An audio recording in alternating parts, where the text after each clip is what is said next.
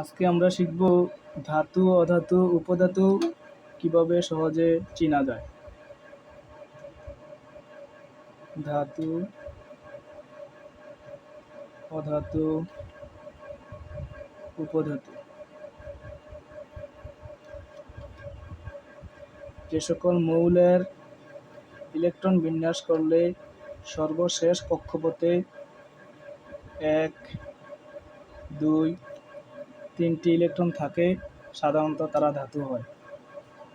যে সকল মৌলের ইলেকট্রন বিন্যাসে সর্বশেষ কক্ষপথে 5, 6, 7 ইলেকট্রন থাকে তারা সাধারণত অধাতু হয়।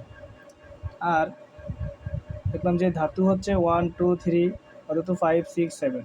আর যদি কোনো মৌলের ইলেকট্রন বিন্যাসে সর্বশেষ কক্ষপথে 4টি ইলেকট্রন থাকে তারা উপধাতু হয়। যেমন পর্যায় সারণীর গ্রুপ 1, গ্রুপ 2 এর মৌলগুলা সাধারণত ধাতু। যেমন গ্রুপ 1 আছে lithium, sodium, potassium, rubidium, caesium, francium. Group 2তে আছে beryllium, magnesium, calcium, strontium, barium, radium.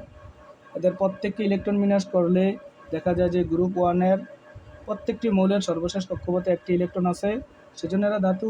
Group 2-এর মৌলগুলোর electron বিন্যাস করলে দেখা যায় যে সর্বশেষ কক্ষপথে 2টি ইলেকট্রন আছে, তারা ধাতু। ঠিক একইভাবে আমরা যদি দেখি যে গ্রুপ 13-এর বোরন, অ্যালুমিনিয়াম এদের ইলেকট্রন বিন্যাস করলে দেখা যায় সর্বশেষ কক্ষপথে 3টি ইলেকট্রন আছে, সেজন্য অ্যালুমিনিয়াম হচ্ছে ধাতু।